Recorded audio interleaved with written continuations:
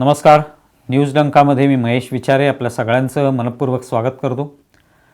मित्रांनो, शुक्रवारी लोकशाही या वाहिनीवर 72 तासांची बंदी घालण्यात आली आणि त्याच्यामागचं कारण म्हणजे किरीट सोमय्या, भारतीय जनता पक्षाचे माजी खासदार आणि नेते, यांच्या संदर्भातली एक व्हिडिओ क्लिप 17 जुलैला त्यांनी दाखवली होती आणि त्यावरनं मग तक्रारी झाल्या आणि चॅनललाही आपलं म्हणणं मांडण्यासाठी सांगण्यात आलं आणि त्यातून मग ही सगळी कारवाई होत शेवटी केंद्रीय माहिती आणि प्रसारण मंत्रालयाने ही कारवाई केलेली आहे आणि 72 तासांची बंदी म्हणजे 25 सप्टेंबरपर्यंत ही बंदी घातलेली आहे.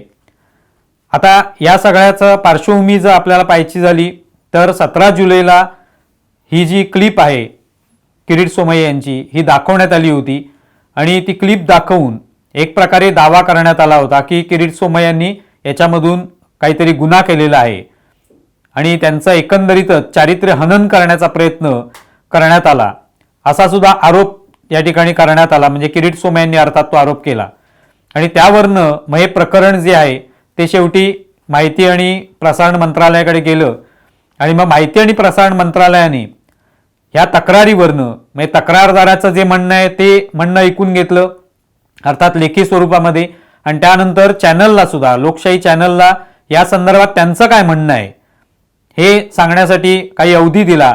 त्यातून मग 6 सप्टेंबरला त्यांनी आपलं म्हणणं त्यांच्याकडे सादर केलं आणि त्याच्यामध्ये त्यांनी म्हटलं की ही जी काही माहिती म्हणजे जी काही क्लिप दाखवली त्यातून जो काही आम्हाला माहिती द्यायची होती लोकांना ती सगळी वास्तव माहिती आहे, खरी माहिती आहे, ती बनावट नाही आहे, हा व्हिडिओ खरा आहे असं त्यांनी सांगितलं. शिवाय किरीट सोमय्या यांच्यावर कोणता तरी आरोप करण्यासाठी किंवा त्यांच्याप्रती काहीतरी द्वेष आहे किंवा त्यांना अडकवायचे म्हणून आम्ही हा व्हिडिओ जो आहे तो केलेला नाही, तर त्या संदर्भातली आमच्याकडे विश्वासार्ह सूत्रांकडून माहिती आली म्हणून आम्ही ती दाखवलेली आहे आणि त्यातून एक प्रकारे लोकांचं हित साधण्याचा आमचा प्रयत्न आहे. लोकहितार्थ आम्ही हा व्हिडिओ जो आहे तो सादर केलेला आहे, त्यावेळेला दाखवलेला आहे आणि हे सगळं म्हणणं मंत्रालयाने ऐकून घेतलेलं आहे. ते त्यांच्याकडे ते लेखी स्वरूपात मांडलं. त्यानंतर मग मंत्रालयाने एक कमिटी या संदर्भात स्थापन केली अंतर्गत आणि ती कमिटी दोन्हीकडच्या बाजू ज्या आहेत त्या ऐकून घेणार, त्यांचं म्हणणं ऐकणार, किरीट सोमय्या यांची काय तक्रार आहे, त्यांचं काय म्हणणं आहे आणि चॅनलचं काय म्हणणं आहे हे ऐकून घेऊन मग त्याच्यावरनं निष्कर्ष काढणार होती. त्या पद्धतीने त्यांनी दोन्हीकडची ही माहिती घेतली आणि त्यावरनं निष्कर्ष काढला. त्या संदर्भातलं पत्र माहिती आणि प्रसारण मंत्रालयाने जाहीर केलेलं आहे आणि ते या चॅनलला पाठवलेलं आहे. त्याच्यामध्ये त्यांनी निष्कर्ष काढला की ही जी काही क्लिप आहे ती दाखवण्याचा उद्देश जो आहे तो मात्र चुकीचा आहे, आक्षेपार्ह आहे, व्हिडिओच आक्षेपार्ह आहे आणि तो कोणाची तरी बदनामी करण्यासाठी करण्यात आलेला आहे हे त्याच्यामधनं दिसून येतं. ज्या वेळेला चॅनलला या संदर्भात विचारण्यात आलं मंत्रालयाकडून तेव्हा त्यांनी उत्तर दिलं की एरवी बाकीच्या सर्वसामान्य व्यक्ती असेल तर त्या व्यक्तीविषयी एवढा पण सखोल कोणता अभ्यास केला जात नाही किंवा ही माहिती काढली जात नाही, पण एखादी राजकीय व्यक्ती असेल तर त्याचं आयुष्य जे आहे ते खाजगी राहत नाही असा कुठेतरी त्यांचा म्हणण्याचा अर्थ असावा. कारण त्या व्यक्तीची सगळी माहिती लोकांसमोर आली पाहिजे, लोकांना ती कळली पाहिजे. यातून आम्ही हा प्रयत्न केलेला आहे, यातून आम्हाला हा व्हिडिओ मिळाला म्हणून आम्ही तो दाखवलेला आहे. मग त्यावर या कमिटीने म्हटलेलं आहे की ती व्यक्ती राजकीय असो किंवा अन्य कोणी असो, बिगर राजकीय असो, त्या व्यक्तीचं खाजगी आयुष्य असतं. खाजगी आयुष्य फक्त सर्वसामान्य माणसाचं असतं आणि राजकीय व्यक्तीला आयुष्यात नसतं असं अजिबात म्हणता येणार नाही. दोघांनाही खाजगी आयुष्य आहे, तेव्हा ते खाजगी आयुष्य असं चव्हाट्यावर मांडणं हे योग्य नाही हा निष्कर्ष त्यांनी काढलेला आहे. त्यांनी त्या ठिकाणी म्हटलं की तुम्ही ही जेव्हा व्हिडिओ क्लिप दाखवली ती जवळपास 1 तासामध्ये 15 वेळा तुम्ही सातत्याने तोच व्हिडिओ दाखवत होता. तो काही सेकंदांचा व्हिडिओ आहे आणि तो सातत्याने तुम्ही दाखवत होता. तसे डझनभर व्हिडिओ आपल्याकडे आहेत असं तुम्ही म्हणालात, पण प्रत्यक्षात ते व्हिडिओ काही त्याच्यावर दाखवले गेले नाहीत. 17 जुलैला संध्याकाळी ही व्हिडिओ क्लिप दाखवायला सुरुवात झाली, ती 18 जुलैपर्यंत ते दाखवली जात होती सकाळपर्यंत.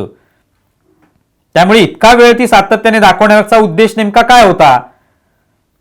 त्या व्हिडिओमध्ये जी काही संबंधित महिला जी दिसत नाही व्हिडिओमध्ये पण आहे असं कळतं, ती महिला जी आहे तिने कोणती तक्रार केली होती का? तिने तुमच्याकडे चॅनलकडे कोणती मदत मागितली होती का? किंवा तिच्यावर अन्याय होतो असं तिने कुठे म्हटलं होतं का? तसंही कुठे समोर आलेलं नाहीये. त्यामुळे फक्त हा व्हिडिओ या व्यक्तीची म्हणजे किरीट सोमय्यांची बदनामी करण्यासाठी वापरण्यात आला, त्याचा उपयोग करण्यात आला असं ज्याच्यातून दिसतं. हे जेव्हा म्हणणं या ठिकाणी मंत्रालयाने मांडलेलं आहे, त्यातून मग त्यांनी सांगितलं की म्हणजे ही जी कमिटी आहे त्यांनी सुचवलं होतं की या ठिकाणी यांच्यावर काही मर्यादित काळासाठी बंदीची कारवाई केली पाहिजे. त्याप्रमाणे त्यांनी 72 तासांची ही बंदी घातलेली आहे. आता सगळ्यात या प्रकरणामध्ये मुळात सत्सद विवेकबुद्धीचा प्रश्न निर्माण होतो. पत्रकारितेमध्ये साधारणपणे प्रत्येकाला जेव्हा आपण एखादी बातमी देतो त्यावेळेला त्यातल्या दोन्ही बाजू सांगण्याचा प्रयत्न केला जात असतो. चॅनलमध्ये जेव्हा ही व्हिडिओ क्लिप दाखवली त्याच्यामध्ये वेगवेगळ्या लोकांच्या प्रतिक्रिया घेण्यात आल्या, ज्यांचा प्रत्यक्ष या व्हिडिओ क्लिपशी कोणताही संबंध नव्हता, पण त्या व्यक्तींची चर्चा केली गेली की तुम्हाला काय या संदर्भात वाटतं, तुम्हाला काय वाटतं, आणि मग त्या सगळ्यांनी आपापली मतं व्यक्त केली त्याच्यावर. ती सगळी मतं अर्थातच किरीट सोमय्यांच्या विरोधातली होती, कारण ही सगळी व्यक्ती ज्या कोणी व्यक्ती त्याच्यावर बोलत होत्या या सगळ्या व्यक्ती किरीट सोमय्यांच्या विरोधातल्याच व्यक्ती होत्या. त्यामुळे त्यांची प्रतिक्रिया का घेतली असाही सवाल मंत्रालयाने विचारलेला आहे. या व्यक्तींचीच मतं तुम्ही का घेतली, मग किरीट सोमय्यांचं मत का घेण्यात आलं नाही? कारण किरीट सोमय्यांची कुठलीही प्रतिक्रिया त्याच्यावर आलेली नाही. चॅनलने म्हटलं होतं की आम्ही संपर्क साधला पण संपर्क होऊ शकला नाही. संपर्क झालाही नसेल पण ती जबाबदारीच होती की तुम्ही जोपर्यंत त्यांचे संपर्क होत नाही, जोपर्यंत ते आपली माहिती देत नाही त्या संदर्भातली, हा व्हिडिओ नेमका काय आहे, खरा आहे की खोटा आहे, या संदर्भात ते काय स्वतःचं मत व्यक्त करत नाहीत, तोपर्यंत तुम्हाला ही बातमी देता येणं योग्य नव्हतं. पण तरी ती दाखवण्यात आली. त्याच्यामध्ये फक्त एकाच बाजूने ही बातमी दाखवली गेली, त्यात पुन्हा अन्य लोकांची मतं विचारली गेली जे लोक किरीट सोमय्यांच्या विरोधातले आहेत. त्यामुळे हा एक मुद्दा त्याच्यामध्ये महत्वाचा आहे की एक तर राजकीय व्यक्तीला खासगी आयुष्यात नसतं, त्या व्यक्तीचं सगळं आयुष्य चव्हाट्यावर मांडलंच पाहिजे, त्याच्या प्रत्येक गोष्टीवर सगळी माहिती लोकांपर्यंत पोहोचवलीच पाहिजे. हा जो एक मूर्खपणा करण्यात आलेला आहे या सगळ्या माध्यमातून, हा पत्रकारितेचं एकंदरीतच विश्वासार्हता जी आहे त्याच्यावर काळीमा फासणार आहे. की मुळातच एखाद्या व्यक्तीची खासगी जी काय त्याची मालमत्ता असेल, खासगी ज्या काही गोष्टी आहेत त्या तुम्ही लपून छपून कुठल्या तरी काढणार किंवा त्याचे व्हिडिओ उपलब्ध झाले की ते दाखवणार आणि ती व्यक्ती कशी चारित्र्यहीन आहे हे दाखवण्याचा प्रयत्न करणार. त्यातून नेमकं साध्य काय केलं? किरीट सोमय्या हे गेले अनेक वर्ष महाविकास आघाडीतल्या अनेक नेत्यांवर आरोप करत आलेले आहेत. मग कधी अनिल परबांवर असतील, किशोरी पेडणेकरांवर असतील, संजय राऊत असतील, उद्धव ठाकरे आणि त्यांच्या कुटुंबियांवरही असतील. पण ते आरोप करताना त्यांनी वारंवार कागदपत्र दाखवली, पत्रकार परिषदा रीतसर घेतलेल्या आहेत. संजय राऊतांसारख्या पत्रकार परिषदा घेतल्या नाहीत की पत्रकार सभेसारखी ती घ्यायची पण प्रत्यक्षात प्रश्नही विचारायला द्यायचे नाहीत. किरीट सोमय्यांनी सगळ्या पत्रकार परिषदा घेतल्या, कागदपत्र दिली, ट्विटरवर पण ती टाकलेली आहेत. त्या संदर्भात तीच कागदपत्र घेऊन त्यांनी पोलीस ठाण्यामध्ये तक्रारी केलेल्या आहेत, ईडीकडे केलेल्या आहेत. जिथे ज्या ज्या ठिकाणी त्यांना करावेशा वाटल्या तिथे त्यांनी केल्यात. त्यानंतरही कारवाई सुरू झालेली आहे. त्यांच्यावर खरोखरच तुम्हाला काय आरोप करायचे असतील, ज्यांना कोणाला करायचे असतील, त्यांना पूर्ण मुभा होती की ते त्यांनी केलेले आरोप खोटे आहेत, आमची बदनामी करणारे आहेत, यात कोणतंही तथ्य नाहीये असं म्हणत त्यांच्यावर आरोप करता आला असता, प्रत्यारोप करता आला असता आणि त्यातून मग त्यांना तुरुंगातही टाकता येऊ शकलं असतं. पण ते करण्यापेक्षा हा एक मार्ग कोणीतरी अवलंबलेला दिसतो की हा व्हिडिओ व्हायरल करायचा आणि त्यातून त्यांचं चारित्र्य कसं आहे दाखवण्याचा प्रयत्न करायचा. त्यातून मात्र ते दोषी ठरत नाहीत किंवा ज्यांच्यावर त्यांनी आरोप केले ते निर्दोष ठरत नाहीत. ही साधी गोष्ट असताना सुद्धा याच्यामध्ये मुख्य बेजबाबदारपणा कोणी केला असेल तर तो पत्रकारितेच्या माध्यमातून झालेला आहे की एकतर्फी ती बातमी दाखवण्यात आली आणि तोच निष्कर्ष याच्यामध्ये काढलेला आहे की तुम्ही किरीट सोमय्यांचं कोणतंही मतच त्या ठिकाणी घेतलेलं नाही आणि ते राजकीय आहेत, राजकीय व्यक्ती आहेत म्हणून त्यांचं कसलंही आयुष्य, खासगी आयुष्य किंवा आणखी सार्वजनिक आयुष्य तुम्ही चव्हाट्यावर मांडणार हा अधिकार तुम्हाला नाहीये हे त्याच्यामध्ये म्हटलेलं आहे. त्यांनी काही नियम दाखवले त्याच्यामध्ये की त्याच्यामध्ये आक्षेपार्ह, दुसऱ्याची बदनामी करणारी असं कोणती पोस्ट किंवा अशा कोणत्याही प्रकारची बातमी दाखवता येणार नाही तुम्हाला कोणत्याही प्रसार माध्यमांना, असा नियम आहे. तुम्हाला त्या संदर्भात खरोखरच काय वाटत असेल, त्या व्यक्तीविरुद्ध काय तक्रार असेल तर तुम्ही ते करू शकता. पण अशी कोणतीही तक्रार नाही, कोणत्याही महिलेने तक्रार केलेली नाही, कोणत्या महिलेने मदत मागितलेली नाही. असं असताना ही व्हिडिओ क्लिप का दाखवण्यात आली, असा सवाल उपस्थित केलेला आहे. मग हा प्रश्न निर्माण होतो की या सगळ्या घटनेमधनं पत्रकारितेची लखतर वेशीवर टांगली गेली, बाकी काही झालं नाही. किरीट सोमय्या या संदर्भात तक्रार करतील, पुढे जे काय कारवाई होणार आहे ती होईल, त्यांची जी काय बदनामी व्हायची ती झालेली आहे. पण पत्रकारितेचं काय? ज्या पत्रकारितेवर लोकांचा विश्वास आहे की जी काय माहिती दाखवली ती सत्य आहे, वास्तव आहे, त्याच्यात तथ्य आहे काहीतरी, ते याच्यात कुठेच दिसत नाही. तो निष्कर्षामध्ये सुद्धा त्यात म्हटलेलं आहे. मग नेमका याचा उद्देश काय होता, याचं उत्तर मिळत नाही. महाविकास आघाडीच्या काळामध्ये तुम्हाला आठवत असेल की अर्णब गोस्वामीवर कारवाई झाली होती, रिपब्लिक टीव्हीचे संपादक.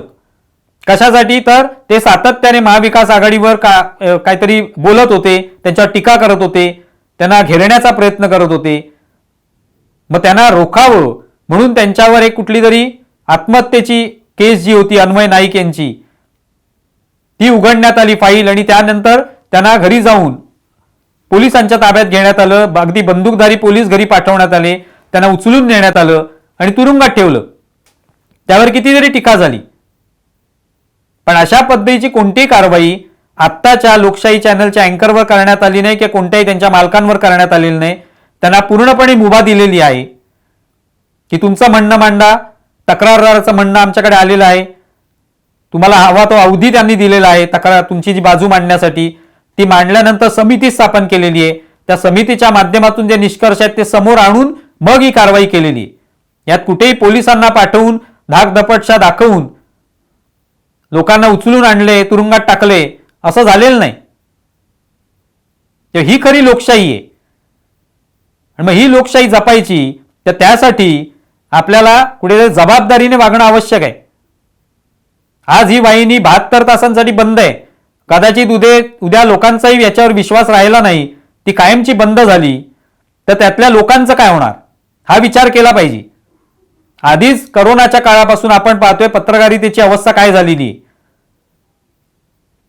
नवीन कोणतेही जे माध्यम आहेत ती समोर येताना दिसत नाहीत, आहेत ती माध्यमातले लोक कमी होत आहेत. अशा परिस्थितीत आपली विश्वासार्हता टिकवून ठेवणं हे अत्यंत आवश्यक असताना अशा पद्धतीच्या बातम्या दाखवून नेमकं साध्य काय केलं जातं? किरीट सोमय्यांवर दाखवलं त्यांचं चारित्र्य हनन केल्यामुळे कोणाला नेमका न्याय मिळाला हे काय कळत नाहीये. फक्त चारित्र्य जर दाखवायचं एखाद्या तर राजकीय व्यक्तीचंच कशाला, प्रत्येकाचं चारित्र्य असं दाखवता येऊ शकतं. मग पत्रकारांचंही चारित्र्य कधीतरी कोणी चव्हाट्यावर मांडेल. पत्रकार कधीतरी कुठेतरी कुणा मित्राबरोबर जाताना दाखवला जाऊ शकतो, कुठल्या तरी एखाद्या हॉटेलमध्ये जाताना दाखवला जाऊ शकतो, दारू पितानाही दाखवला जाऊ शकतो. आणि असं जर प्रत्येकाचं चारित्र्य चव्हाट्यावर यायला लागलं तर मग बघायला नको. तेव्हा आपण हा विचार केला पाहिजे की राजकीय व्यक्तीचं चारित्र्य असतं तसं सगळ्यांचं चारित्र्य असतं, आणि त्यातून नेमकं साध्य काय होतंय हा महत्वाचा मुद्दा आहे. आणि या सगळ्या घटनाक्रमातून दिसून आलं, जे सगळं पत्रकामध्ये मांडलेलं आहे त्यावरनं दिसून येतं की यातून काही साध्य झालं नाही. पत्रकारितेचं मात्र प्रचंड मोठं नुकसान याच्यामुळे झालेलं आहे.